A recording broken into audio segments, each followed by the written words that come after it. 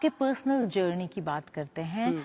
आप बहुत साल पार में रहे, लेकिन आप केजीबी में भी थे, इंटेलिजेंस कम्युनिटी के एक बहुत ही इम्पोर्टेंट शख्स हैं।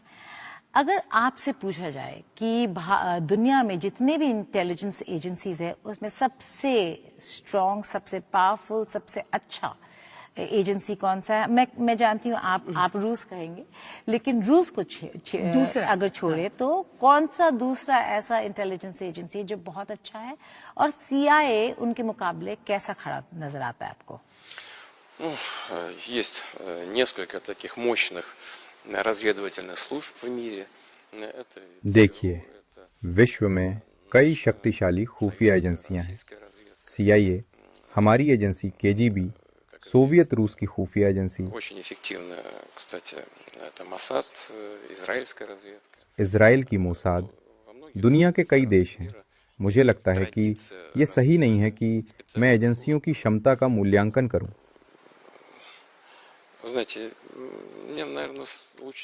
लेकिन मैं अपनी एजेंसी KGB के काम से खुश हूं। राष्ट्रपति पुतिन, देखिए, आपके शुरुआती दिनों में हमेशा चर्चा होती है कि व्लादिमीर पुतिन जो नेता आज बने हैं, तो उनके पीछे का प्रभाव क्या रहा? कौन सी चीजें थी जिन्होंने उनको शेप किया? KGB के आपके डेज, जब आपने बतौर एक स्पाई के तौर पर काम किया, आप KGB के साथ जुड़कर ईस्ट जर्मनी में आपने काम किया था, या फिर उसके बाद आप सेंट पीटर्सबर्ग गए, फिर वहां से आप मॉस्को आए, येल्सिन के साथ काम किया। आपकी जिंदगी के किस फेज ने आपको वो नेता बनाया जो आज आप हैं? Семья, в которой я жил и в которой я родился. मेरा परिवार, जिस परिवार में मेरा जन्म हुआ, जिनके बीच में पला बढ़ा, मुझे लगता है कि इन सब ने मिलकर मुझे वो बनाया है जो मैं आज हूँ।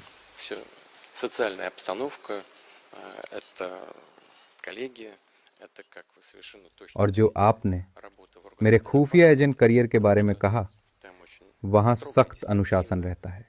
आपको अपनी मातृभूमि की रक्षा करनी है, और यही हर खुफिया एजेंट का उद्देश्य होता है। हालांकि मैं उस दौर को कई साल पहले पीछे छोड़ आया हूँ। राष्ट्रपति पुतिन, आपके कई इंटरव्यूज हम लोग देख रहे थे, रिसर्च कर रहे थे आपके, तो मैंने देखा आपका इंटरेक्शन था एक बच्चों के साथ, और बच्चे में से एक छोटी बच्ची आपसे पूछती है कि आपके जीवन का सबसे दुखदाई, शैटरिंग एक्सपीरियंस क्या रहा?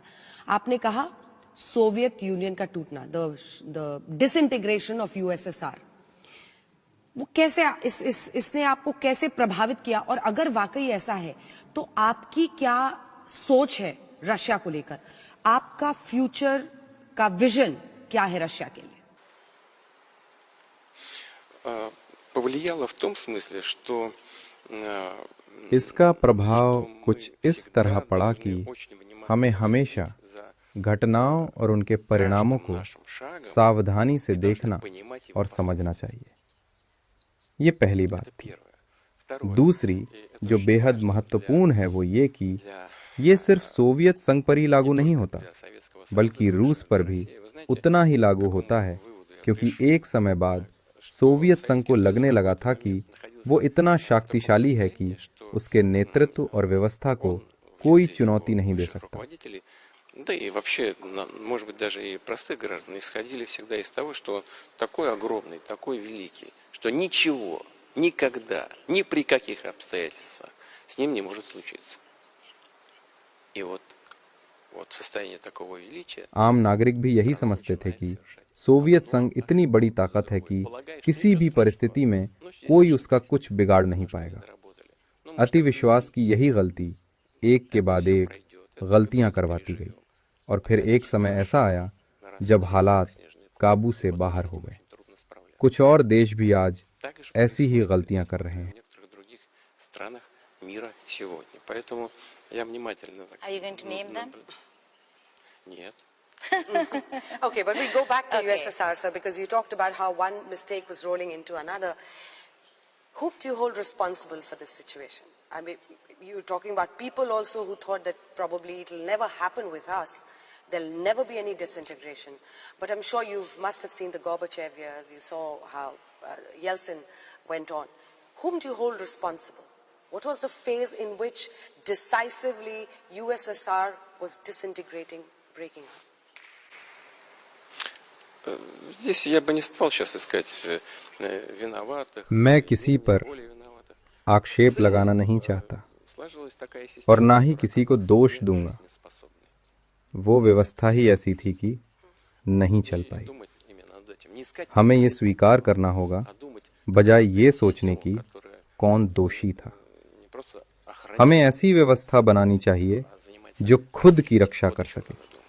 И если такая система будет, अगर हमने ऐसा सिस्टम बना लिया तो वो पर्याप्त होगा। и эффективной. प्रेसिडेंट पुतिन डिसइंटीग्रेशन नहीं तो क्या आप रीइंटीग्रेशन चाहेंगे? क्या आप चाहेंगे कि जो पुराना सोवियत यूनियन है वैसा ही हो? क्योंकि कई सारे रिपोर्ट्स आते हैं। Интеграцию чего? Советского Союза? किसका एकीकरण? Нет, конечно. सोवियत संघ का? Просто исключено. नहीं, У нас и कतई नहीं। целей быть не может. और हमारा ऐसा कोई लक्ष्य नहीं Вы है। знаете, есть еще вопрос целесообразности. Это в сегодняшних условиях нецелесообразно. और इसका कोई औचित्य भी नहीं बनता, क्योंकि ये रूसी संघ की राष्ट्रीय और धार्मिक स्थिति को बदल देगा। इसका कोई मतलब नहीं बनता। Национальный и религиозный состав населения Российской Федерации. Это нецелесообразно. फिर आपको ये तो वेस्टर्न मीडिया को बताना चाहिए ना, जो हर दूसरे दिन एक खबर डाल देते हैं जहाँ पे कहते हैं कि आप चाहते हैं कि आप देशों को एनेक्स करना चाहते हैं ताकि पुराना सोवियत यूनियन फिर से बना पाए। मैं जो कहता हूँ Знаете почему? वो सुनना नहीं चाहते। Потому что они все равно не хотят. मैं यहाँ बोल रहा हूँ, Они хотят लेकिन वो सिर्फ только अपनी сами सुनते себя. हैं। Или хотят वो वही комментировать सुनते हैं то, जो что उन्हें я पसंद говорю, आता है। так, как им нравится. और यही नहीं, ये लिखा जाता है कि आप वापस वो एम्पायर बनाना चाहते हैं और उसके आप राजा बनना चाहते हैं। Да, कुछ они लोग это делают для इस того, तरह чтобы की बातें напугать свое कहते население. रहते हैं। उन्हें अपनी जनता को डराना होता है। ग्लोबल मीडिया में वो अपने एकाधिकार का गलत इस्तेमाल कर रहे हैं। ये लोगों की राय को प्रभावित करने की चालबाजी है। И цель उनका मकसद सिर्फ रूस के खिलाफ अपनी आक्रामक नीति को जायज ठहराना है। другой цели я не вижу. Then if you're different, how would you, Vladimir Putin, summarize Vladimir Putin's life and ideology? Нет, अपनी мне кажется, जिंदगी еще को рано подытоживать. संक्षेप में बताना बहुत जल्दी होगा, लेकिन मेरे पास अभी कुछ काम बाकी